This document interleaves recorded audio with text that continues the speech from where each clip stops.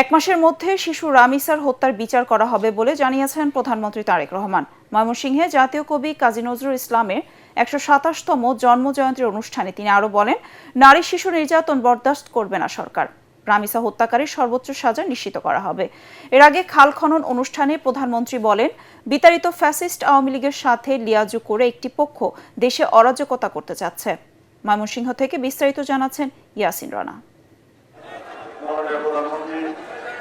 ত্রিশালের বৈলর ইউনিয়নে ধরার খালের পুনর্খননের সূচনা করতে ময়মনসিংহে আসেন প্রধানমন্ত্রী তারেক রহমান। উদ্বোধন শেষে দোয়া মোনাজাত ও খালপাড়ে গাছের চারা রোপণ করেন প্রধানমন্ত্রী। পরে সুধী সমাবেশে তারেক রহমান বলেন, সরকার মানুষের ভাগ্য পরিবর্তনে কাজ করছে, অথচ একটি পক্ষ বিতাড়িত ফ্যাসিস্ট আওয়ামী লীগের সাথে লিয়াজো করে দেশে অরাজক পরিবেশ সৃষ্টির পায়তারা করছে। যে কোনো অন্যায়কারীর তাকে শাস্তি দিতে হলে, তাকে তার বিচার করতে হলে সরকারের কতগুলো নিয়ম কানুন আছে। এখন আমরা খেয়াল করছি প্রিয় ভাই বোনেরা, কিছু সংখ্যক মানুষ একটা পরিস্থিতি তৈরি করার চেষ্টা করছে, রাস্তাঘাট বন্ধ করে দিচ্ছে, যানবাহন চলাচল বন্ধ করে দিচ্ছে, এখানে আগুন ধরাচ্ছে, ওখানে উত্তেজনা সৃষ্টি করছে। আইনের শাসনকে তারা বাধাগ্রস্ত করছে না, আইনকে আইনের মতো কি চলতে দিচ্ছে না। এখন যারা অরাজকতা সৃষ্টি করতে চাইছে, খবর নিয়ে দেখেন, ওই ৫ই আগস্টে যারা বিতাড়িত তাদের সাথে এরা তলে তলে আবার খাতির শুরু করেছে। জনগণের ভাগ্য নিয়ে কাউকে ছিনিমিনি খেলতে দেয়া হবে না বলেও হুঁশিয়ার দেন সরকার প্রধান। প্রত্যেকটি ক্ষেত্রে তাদের সেই অরাজক পরিস্থিতির কারণে ক্ষতিগ্রস্ত হবে গ্রামে বসবাসকারী খেটে খাওয়া মানুষ। সেই জন্যই আজকে আমাদেরকে সতর্ক হতে হবে। সংসারে যেমন সমস্যা থাকে, দেশেও সমস্যা থাকে, কিন্তু আমরা যদি সকলে ঐক্যবদ্ধ থাকি, ফ্যামিলি কাজ যদি আমরা মায়েদের হাতে পৌঁছে দিতে পারি, উপকারটা হবে সাধারণ খেটে খাওয়া মানুষই। কৃষক কাজ যদি আমরা পৌঁছে দিতে পারি, উপকারটা কাজে হবে, কৃষক ভাইকে দিতে হবে। প্রধানমন্ত্রী আরো বলেন, বিএনপি সরকার জনগণকে সাথে নিয়ে কল্যাণমূলক প্রকল্পগুলো বাস্তবায়নের মাধ্যমে মানুষের ভাগ্য পরিবর্তনের অঙ্গীকারাবদ্ধ। খাল খনন শুধুমাত্র একটি উন্নয়ন প্রকল্পই নয়, এটি গ্রাম বাংলার প্রাণ ও বৈচিত্র্য ফিরিয়ে আনার উদ্যোগ, যা কৃষি অর্থনীতিতে ব্যাপক ভূমিকা রাখবে। তবে অতীত অভিজ্ঞতা বলছে, খাল খনন যত না জরুরি, তার চেয়ে খাল দখলমুক্ত রাখা ও সংস্কার করা বেশি জরুরি। পরে ময়মনসিংহের ত্রিশালে জাতীয় কবি কাজী নজরুল ইসলামের ১২৭তম জন্মজয়ন্তী উপলক্ষে ৩ দিন ব্যাপী অনুষ্ঠানের উদ্বোধন করেন প্রধানমন্ত্রী তারেক রহমান। এ সময় দুটি নজরুল স্মরণিকার মোড়ক উন্মোচন ও পুরস্কার বিতরণ করেন প্রধানমন্ত্রী। এ সময় প্রধানমন্ত্রী বলেন, ফ্যাসিস্ট আওয়ামী লীগ অর্থনীতির পাশাপাশি বিচার ব্যবস্থাও ধ্বংস করে গেছে। ফ্যাসিবাদী শাসন শুধুমাত্র দেশের মানুষের অধিকার আর দেশের অর্থ সম্পত্তি লুট করেনি, বিচার বিভাগ সহ দেশের সমস্ত প্রতিষ্ঠানগুলোকে ধ্বংস করে দিয়েছে। রাজনৈতিক সংস্কৃতির পরিবর্তন ঘটাতে হবে। একসঙ্গে আমাদের জাতীয় জীবনে পুনরায় বাংলাদেশের আবহমানকালে ধর্মীয়, সামাজিক, সাংস্কৃতিক মূল্যবোধে পুনর্জীবন ঘটাতে হবে। সরকার নারী ও শিশু নির্যাতন বরদাস্ত করবে না জানিয়ে তিনি বলেন, ১ মাসের মধ্যে শিশু রামিসার হত্যাকারীর সর্বোচ্চ শাস্তি নিশ্চিত করা হবে। শিশু নির্যাতন বা নারী নির্যাতন বর্তমান সরকার কোনোভাবেই মেনে নিবে না এবং রামিসা এই হত্যাকারীর সর্বোচ্চ শাস্তি ইনশাআল্লাহ আগামী ১ মাসের মধ্যে নিশ্চিত করব এবং সেই সর্বোচ্চ শাস্তি হচ্ছে মৃত্যুদণ্ড, যাতে করে ভবিষ্যতে আর কোন ব্যক্তি, মানুষ এইভাবে শিশু বা নারী নির্যাতন করার সাহস না পায়। এ সময় সকলকে কবি নজরুলের কালজয়ী জীবন আদর্শে উদ্বুদ্ধ হবার আহ্বান জানান প্রধানমন্ত্রী। ঈদের পরেই রামিসা হত্যার বিচার শুরু হবে বলে জানিয়েছেন আইনমন্ত্রী মোহাম্মদ আসাদুজ্জামান। তিনি বলেন, সরকার দ্রুততম সময়ে রামিসা হত্যার বিচার শেষ করতে চায়। রাজধানীতে এক আলোচনা সভায় আইনমন্ত্রী এসব কথা বলেন। ঈদের পরপর আমরা বিচারিক প্রক্রিয়া শুরু করতে যা যা কর্মসূচি আছে সব কর্মসূচি গ্রহণ করে এই বিচারটাকে ত্বরান্বিত করার জন্য প্রসিকিউশনের পক্ষ থেকে যতটা ডিউ ডিলিজেন্স দেখানো সম্ভব, সাধারণ জনগণ, দেশে বিদেশে মানুষ এই বিচার শেষ করতে যতটা প্রত্যাশা করে, আমরা আশা করি সেই প্রত্যাশা পূরণ করতে আমরা সক্ষম হব।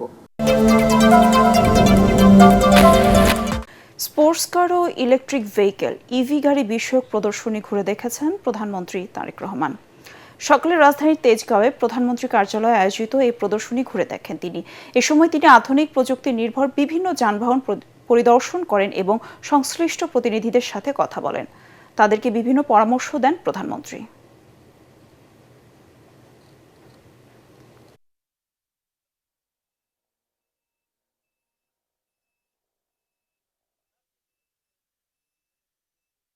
মিরের সরাইতে 100 একর জায়গার উপরে বেজা যে ল্যান্ডটা দিয়েছে ওইটার উপরে আমরা একটা গাড়ির ইন্ডাস্ট্রি বানিয়েছি। এটা একটা বাংলাদেশের প্রথম ফুল প্লেজেড গাড়ির ইন্ডাস্ট্রি। সেখানে আমরা প্রেস থেকে আরম্ভ করে ওয়েল্ডিং, পেন্টিং এবং অ্যাসেম্বলিং, কিউসি এবং টেস্টিং পুরো প্রসেসটাই আমরা ওখানে করতেছি। আমাদের এই মুহূর্তে 5 ধরনের গাড়ি তৈরি হচ্ছে। আমাদের প্রথম হলো প্যাসেঞ্জার ভেহিকেল হচ্ছে, মানুষকে সবচেয়ে কম দামে ইলেকট্রিক ভেহিকেল দেয়া। দ্বিতীয় লক্ষ্য হচ্ছে একটা নতুন এক্সপোর্ট সেক্টর ওপেন করা, যেটা আমরা মনে করতেছি যে গার্মেন্টসের চেয়েও বড় একটা এক্সপোর্ট সেক্টর হতে পারে বাংলাদেশ থেকে ইভি রপ্তানি।